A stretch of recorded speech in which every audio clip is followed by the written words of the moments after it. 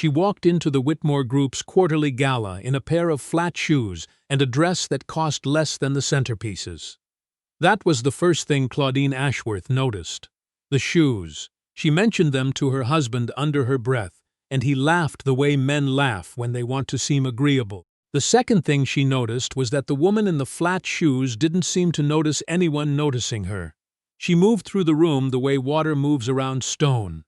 Unhurried, unbothered, like the room itself was something she had already passed through 100 times. Her name was Nadine, and almost no one there knew the rest of it. 2 hours earlier, the Whitmore estate had looked the way old money always looks when it's trying to remind you of itself.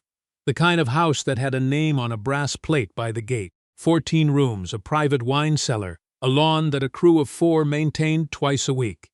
Inside, the guests moved through candlelight in suits that cost more than most people's rent, holding drinks they barely tasted, saying the names of people they half knew. Nadine arrived alone. No car service, no companion, no jewelry worth looking at twice. She wore a gray shift dress and carried a small black clutch that had seen better years. She thanked the valet by name. She'd read his name off the tag, a small thing, but she said it like she meant it, and she tipped him before she even handed over the keys. He blinked at the folded bills. Most guests didn't tip at all. At the coat check, she asked the young woman behind the counter how her night was going. Not the way people ask when they want to hear nothing. The way you ask when you're actually listening for the answer. Honestly? Tired, the young woman said, surprised by her own honesty. You've got a good hour left in you, Nadine said, and smiled. I can tell. The young woman laughed despite herself. Inside, the ballroom hummed with the particular noise of people who believe the room revolves around them. Nadine found a quiet spot near the back and stood there with a glass of water watching. Not nervously, not with longing. The way a person watches when they already know how the story ends. Somewhere in the center of the room, Whitmore Group's chief executive Raymond Holt held court. Raymond was the kind of man who filled a room the way smoke fills a room, slowly, completely, until everything smelled like him. Silver-haired, broad-shouldered, 63 years old and certain of every one of those years. He had built Whitmore from a mid-size regional firm into a billion-dollar consulting conglomerate. He had done it, by his own accounting, entirely alone. He shook hands like he was conferring titles. When he laughed, the people around him laughed half a second later, calibrating. His son, Elliot, stood 2 feet to his left. Elliot Holt was 34, quieter than his father, and perpetually braced for the next impact. He had his mother's eyes and his father's last name, and the combination had never been entirely comfortable. He scanned the room, and when he found Nadine near the wall, something in his shoulders loosened. He crossed to her in under a minute. You made it, he said. I told you I would. I know, I just. He exhaled. He's in a mood. When isn't he? Elliot took her hand and held it like a man gripping the rail of a moving train. Stay close to me tonight. She squeezed back. I always do. Around them, the conversations were layered with something else. Nadine caught it the way she always caught things, quietly, without showing she was listening. The word that kept surfacing in pockets of whispered conversation was the Caldwell account, a partnership worth $240 million. An outside chairman, a man no one had met, flying in from the West Coast to decide whether Whitmore Group was still worth his company's trust. The name moved through the room like a low current. Caldwell. Everyone was watching the door. Nadine heard all of it. She sipped her water and didn't say a word. Raymond spotted her before dessert. She was standing near the fireplace when he came at her, glass in hand, the flat, cold look he'd given her every time Elliot had brought her around over the past 18 months now sharpened into something deliberate. He wanted an audience tonight. He had found one. You're here, he said. I am, said Nadine. Elliot didn't tell me you were coming. Elliot invited me. Raymond smiled. Not warmly. Of course he did. He swirled his glass. I've been meaning to say something to you, actually. Have been for a while. He paused to let a nearby couple drift closer, drawn by something in his tone. 18 months. My son has been seeing you for 18 months, and in all that time, I don't know a single thing about your people. My people, Nadine repeated. Your family, your background. Where you come from. He spread one hand. A woman your age, no profession worth mentioning, no family connections, no history anyone can trace. Do you understand how that looks? I understand how it looks to you, Nadine said. Raymond stepped closer. I had you checked out. Nadine went still. You did what? I hired someone. Quiet, professional. I wanted to know exactly what my son was spending his evenings with. He let that land. Then the man came back with almost nothing. A few addresses. Nothing attached to a name worth knowing. No assets, no property, no lineage. You are, he said, drawing out the word, remarkably unremarkable. A woman near the fireplace pressed her lips together to keep from smiling. A man in a blue suit turned slightly away, as though to give the scene privacy while remaining close enough to hear everything. Elliot had crossed the room and was already at her side. Dad, stop! I'm having a conversation. You're not. Stop! I'm saying to your girlfriend what I've been too polite to say for a year and a half. Raymond looked back at Nadine. My son has a future, a real one. He has a name, a company, a seat at a table that took me 40 years to build. And you, he gestured at her, the dress, the shoes, the small clutch. You walked in here like you wandered off a bus and found an unlocked door. The fireplace crackled. A string quartet in the corner had gone quiet between pieces. The silence was sudden and full. Dad, Elliot said, voice low. I'm protecting you. Raymond didn't look at him.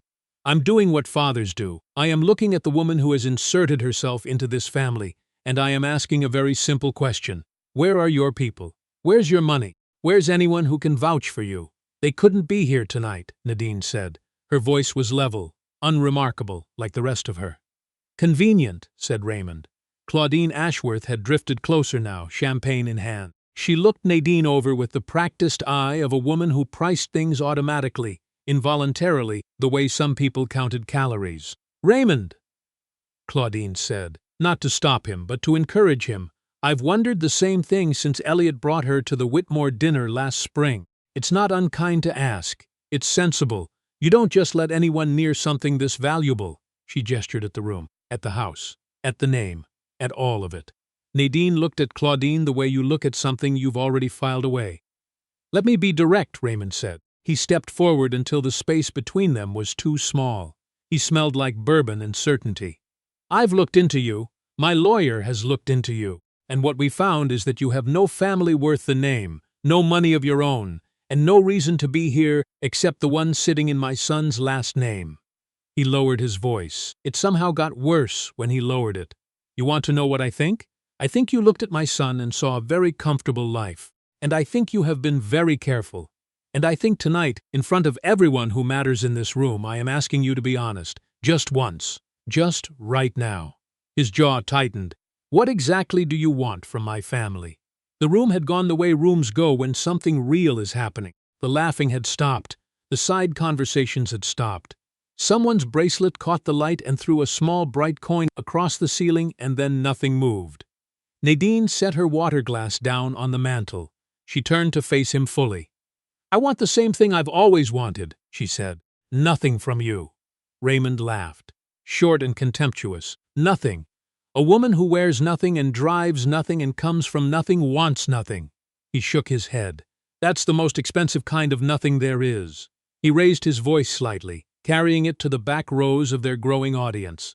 Women like you always want nothing, until the paperwork comes. Raymond, Elliot said sharply. You stay out of this. Raymond turned on him, and Elliot flinched, an old reflex deeply grooved. You have one job tonight. One.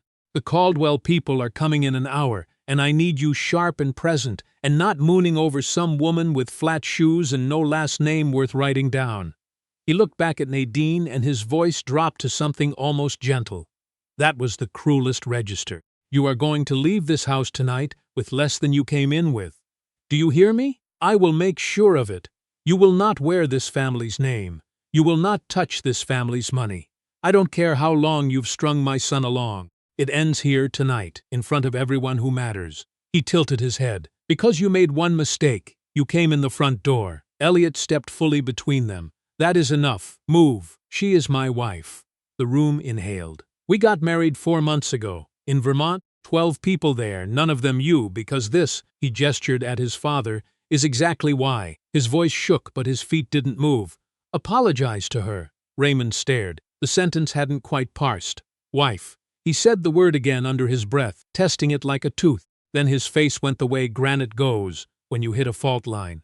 You did what? She is my wife, and she has stood here for the last 15 minutes and not said a single thing she owed you, while you said everything you didn't have the right to say. And you will apologize to her. I'll do no such, then we're leaving." Elliot reached for Nadine's hand. "You leave this house," Raymond said, and his voice had gone very quiet now. "You leave everything in it, you understand me? The position, the accounts, the future I built for you. You walk out that door and you are not my son." 50 people stood in absolute silence. 3 phones had appeared, held low, the tiny red lights recording. Raymond saw them and didn't care. He wanted witnesses. Elliot looked at his father for a long moment. The man who had never once told him he'd done something right, who had turned every meal into a performance review, who had confused controlling everything with caring about anything. "Okay," Elliot said simply. Raymond blinked. "Okay, okay?" He said it the way you say something when you've already done the math and found the answer isn't what you feared. He looked at Nadine. "You ready?" "Actually," Nadine said quietly, "I'm waiting for someone." Raymond laughed, the ugly kind. "You're waiting for nothing. You have, sir." It was Wallace Chen, Whitmore Group's head of legal. He had gone pale in the last 30 seconds, in a way that had nothing to do with the temperature. He was staring at his phone with the expression of a man reading his own autopsy. "Sir, there's a car at the gate, then let them in, Wallace. Sir." Wallace looked up. His voice had lost its professional coating entirely. "It's the Caldwell party." And he stopped, swallowed. "And I need you to hear me before they walk in. I need you to hear exactly what I am about to say." Raymond spread his hands. "Then say it, the chairman of Caldwell Holdings." Wallace glanced at Nadine, back to Raymond. "Her name is Rosalind Voss." Somewhere in the room a glass came down on a tray too hard. "She is the founder," Wallace continued carefully, "and sole owner of Caldwell Holdings, net worth approximately $4 billion. She built it from a small private equity office in Portland 18 years ago. She does not have a social media presence. She does not do press. She specifically requested this meeting be informal and low profile." He was no longer looking at Raymond. He was looking at the door. "She is also, if I am reading this briefing document correctly." He stopped again. "Wallace." Raymond's voice had gone strange. "Nadine's mother," Wallace said. The front doors opened. The woman who walked through them was 60, perhaps 62, with close-cropped silver hair and the kind of face that had stopped performing a long time ago. She wore a dark blazer and a watch that was expensive enough to be plain. She moved without looking to see if people were watching.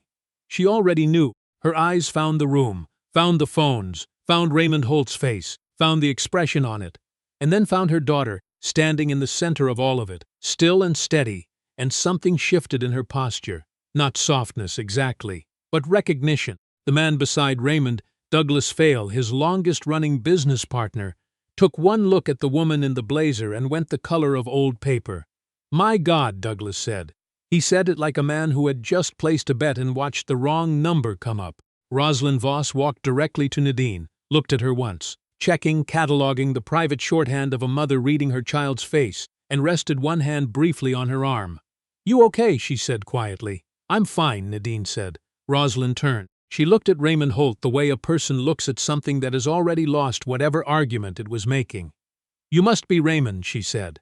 Not warmly, not unkindly, the way you name a problem before you solve it. Raymond opened his mouth, closed it. He looked like a man watching a building he'd believed was solid begin, very calmly, to come apart at the seams. "I was told this was an informal meeting," Rosalind said. She looked around the room, at the phones, at the guests, at the marble and the candlelight. "I can see it's been a full evening." She looked back at Raymond. "I arrived in time to hear most of it from the front steps. Your windows are open." The room did not move. "You said a number of things to my daughter tonight," Rosalind continued. Her voice was the same temperature throughout. "You said she came from nothing. You said she inserted herself into your family. You said her people were no one worth knowing." She paused. "I'd like to address that last part." Raymond's hand groped behind him for the back of a chair. "My name is Rosalind Voss. I founded Caldwell Holdings in 2007. We currently manage assets across 19 countries. The contract your company has been pursuing for the past 8 months is mine to give or withhold as I see fit." She reached into her blazer pocket and set her phone on the nearest table without breaking eye contact with Raymond. "Your company's entire fourth quarter rides on that contract. Your board knows it. Your legal team knows it. Wallace there knows it. She nodded at Wallace, who was staring at his shoes. And you have spent this evening telling 200 people that my daughter is worth nothing. Gerald's knees had found the floor in the original story. Raymond Holt found a chair, and it was worse somehow, more deliberate, more visible, the controlled collapse of a man trying to maintain dignity on the way down and failing. His voice came out wrong, he cleared it. There has been a misunderstanding here. A significant. There hasn't, Rosalind said. If I had known. That's the thing, Raymond. For the first time, something moved in her voice. Not anger. Something harder. If you had known, you would have behaved differently. That's not a defense. That's the charge. She looked at him steadily. My daughter has been coming to your events, sitting at your table, being told in small ways and large ways that she didn't belong. For 18 months. She never told you who I was. She wanted to know what kind of family she was marrying into. She wanted to know, and her voice dropped to something almost quiet, whether your son would choose her when choosing her cost him something, whether your family had an ounce of basic human decency when it didn't have to. The fireplace crackled. Somewhere near the back of the room, a woman set down her champagne glass and reached for her coat. She found out tonight, Rosalind said. So did I. She picked up her phone. She dialed. She didn't leave the room to do it. She stood there in the middle of the ballroom, in front of the guests and the phones and the candles, and she waited 3 rings. It's Rosalind, she said when the line connected. The Whitmore contract. I'm withdrawing our bid, tonight. Draft the formal notice and send it to their legal by morning. A pause. Yes, I'm certain, thank you. She hung up. The sound Raymond Holt made was not a word. It was the sound of something structural giving way. Douglas Fail was already moving, already calculating, already angling away from Raymond's side of the room with the instincts of a man who had survived many sinking ships by identifying the moment of no return. He straightened his jacket. He did not look at Raymond. Claudine Ashworth, who had encouraged this, who had nodded along with every word of it, who had said, "You don't just let anyone near something this valuable." She was suddenly deeply interested in the contents of her champagne glass. Elliot was across the room before anyone else moved. He put his arms around Nadine and held on. "I'm sorry," he said, "for all of it, for him, for not stopping it sooner." "You stopped it," she said. "That's what I needed to know." He pulled back to look at her. "I didn't know who your mother was." I mean." He searched her face. "That's not why I know," she said again, and she meant it. She had watched him choose her when choosing her meant losing everything he'd been promised. She had her answer. She'd had it for 4 months, standing in a small courthouse in Vermont with 12 people and no flowers and the particular happiness of something real. Rosalind watched them and allowed herself one long breath of something that was not quite relief but was close to it. The kind of breath you take when a thing you've been quietly afraid of turns out to be fine. Raymond got to his feet. He was pulling his dignity together in pieces, the way you pull together a broken thing, carefully, not quite getting the seams right. "Rosalind," he said, "please, there is still a version of this that—" "There isn't," she said, not cruelly. "Finality isn't cruelty. The jobs, the people at Whitmore, hundreds of—" "You should have thought about them," Rosalind said, "before you told my daughter she was worth nothing. The people who work for you are not yours to use as shields, Raymond. You don't get to invoke them now." His jaw worked. He had the look of a man going through every version of the next sentence and finding each one worse than the last. "I built this," he said, "and it came out raw, unexpectedly small." "I know," Rosalind said. "I built mine too." She picked up her jacket from the arm of the chair where she'd set it. "The difference is what we built it into." She walked to Nadine. She touched her daughter's face once, the way mothers do when the public moment is over and the private one has arrived. "Ready?" she said. "Ready," Nadine said. They left through the front door. Elliot walked beside his wife. Rosalind walked without looking back. The doors swung open and the cold night air came in off the lawn, and the candles in the nearest sconce guttered and went out. Behind them, Raymond Holt stood alone in the center of his ballroom, surrounded by 200 people and the sound of his own silence. The fall didn't wait for morning. By midnight, 3 guests had posted clips. By 6 a.m., the clips had been edited, captioned, and watched 11 million times. The headline was inevitable. Whitmore CEO mocks son's wife at gala. Wife's mother owns the $240 million contract he needed to survive. The clips were not kind. They showed Raymond calling Nadine a woman with no name worth writing down. They showed Claudine nodding along. They showed the exact moment Raymond's face changed when Wallace said the name Rosalind Voss. People watched that moment over and over, the frame by frame of a man understanding too late the specific shape of everything he had done. Whitmore Group opened on the market and lost 22% before the first trading break. By afternoon, 2 board members had called for an emergency session. By evening, the statement was ready. Raymond Holt would be stepping down as chief executive, effective immediately, to spend more time with family. The phrase the corporate world uses when the truth is too plain to say plainly. Douglas Fail, who had stood beside Raymond for 11 years, gave an interview in which he described that evening as troubling and said he had expressed concerns privately on multiple occasions. The internet found his nodding in the background of 2 separate clips within the hour. Claudine Ashworth deleted her social media accounts before noon. It didn't help. Wallace Chen was named interim chief executive. His first public statement was 4 sentences. The fourth one said, "We are reviewing conduct and guest protocols to ensure that every person who enters our events is treated with dignity." It was the most expensive 4 sentences the company had ever published. The legal process was quieter but no less exact. What had happened to Nadine in that ballroom had names. Raymond's directive, the implication that she was a thief, the public accusation in front of witnesses, the recording of every word, carried consequences that Nadine's attorneys laid out in a document so precise it required no drama. Raymond settled, quickly. The amount was sealed. The apology was not. It was filed in the public record, signed, notarized, undeniable. Raymond Holt's name attached to the words "I was wrong" in language plain enough for anyone to read. Claudine Ashworth's apology followed 3 weeks later. Her attorneys had advised strongly against going to court with the footage that existed. She stood in front of a camera in her living room and read a statement she had clearly not written. The internet noticed. It also noticed that she never once said Nadine's name. Nadine gave no interviews. She posted nothing. When photographers appeared outside her building, she nodded at them the way you nod at people doing a job, and she went about her day. She had never wanted any of this. She had wanted 18 months. She had wanted to know whether Elliot's family had anything in them worth knowing. She had her answer. She had filed it away. And then she had been ready to leave quietly, to build something small and solid in Vermont with the man who had chosen her, and let the rest of it disappear. The world simply hadn't cooperated. Rosalind made one public statement. 1. A reporter caught her outside a building in Portland, 3 weeks after everything. "Mrs. Voss," the reporter called, "do you have any comment on the Whitmore situation?" Rosalind stopped. She looked into the camera the way she looked at everything, directly, without performance. "I have a daughter," she said, "who spent 18 months letting people believe she was no one, because she wanted to be treated like a person. They had every opportunity." She held the camera's gaze for one long beat. "Some opportunities," she said, "you only get once." She got into her car. The clip ran for 2 days. Whitmore Group did not disappear. Companies like it rarely do. It restructured under new leadership, accepted 3 rounds of painful reform, and survived in a smaller, quieter form.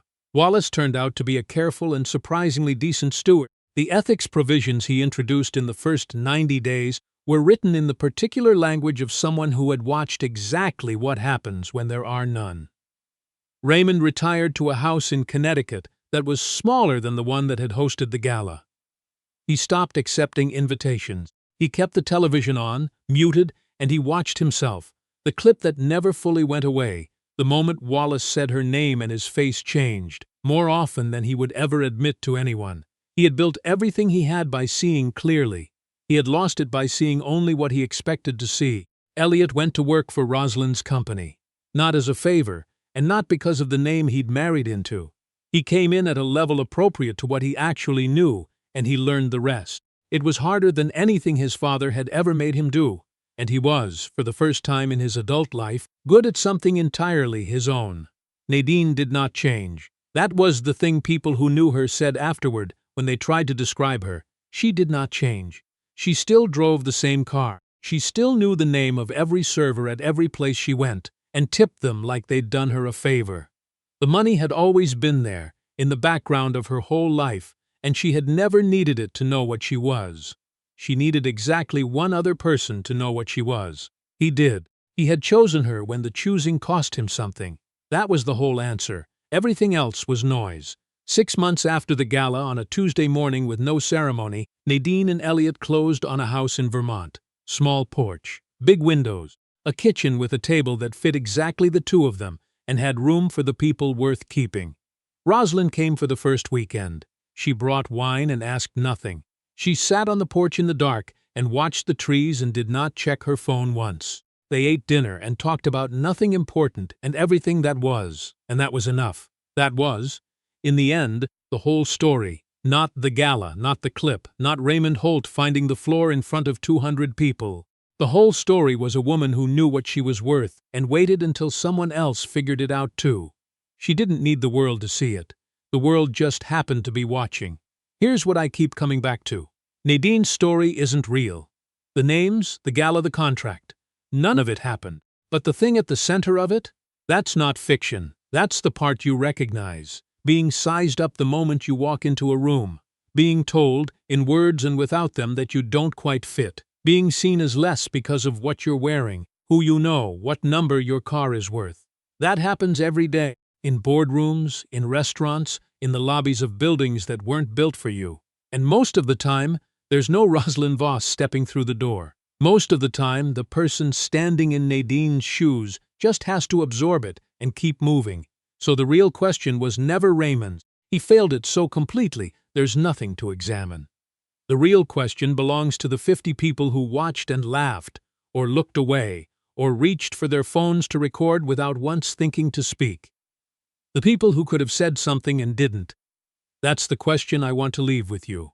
If you'd been standing in that ballroom, before anyone knew who Nadine was, before her mother walked through the door, when she was just a woman in flat shoes being torn apart in front of a crowd, would you have said something? Or would you have been one of the ones who watched? Be honest. Drop it in the comments. I read every one. If this story hit something real for you, share it with someone who needs to hear it. Like it if you believe the quiet ones deserve better. And subscribe, because the stories we tell here are always about the people the room underestimated. They're always the ones holding all the cards.